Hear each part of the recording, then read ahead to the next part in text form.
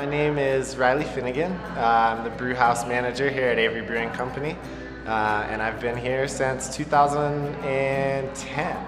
Avery is the first and only brewery I've ever worked for. So I was hired here into the warehouse in 2010, and I did that job for a little while. I moved into our packaging department and spent a couple years there, and then on to the brew house about 3 years ago. Our new facility has really allowed us to kind of push the limits of what we can brew and how much of it we can brew. So this new brewery right now has us around 70,000 barrels a year. We're using honey in our brewing process on the hot side in the brew house.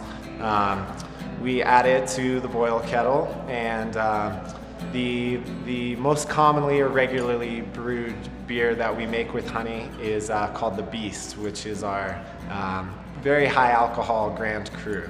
The Beast is a recipe that predates my tenure with the company. It's a Grand Cru, which is sort of an ambiguous style. It just kind of means your best offering, your cream of the crop.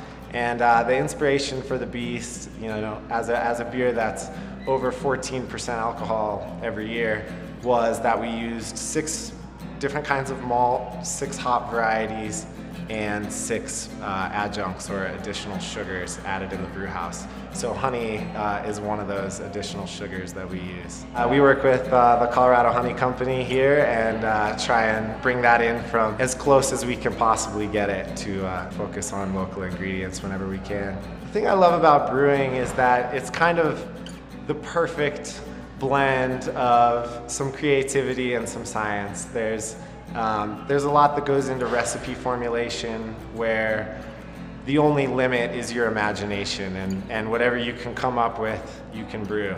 And then the flip side to that is that there are some very specific, hard scientific parameters that will change the end product in very predictable ways. At the end of a long day, even when it's miserably hot in Colorado summers, I still kind of always go for Ellie's Brown Ale. I'm kind of a sucker for a classic American brown ale, and that rich, chocolatey, malty backbone is something that I fell in love with early on. We're going to be rolling out several new styles this year and probably into 2017 as well. And I think the goal for everyone around here is, and kind of always has been, to just make great beer, make the kind of beers that we want to drink, and challenge people's palates out there in the world.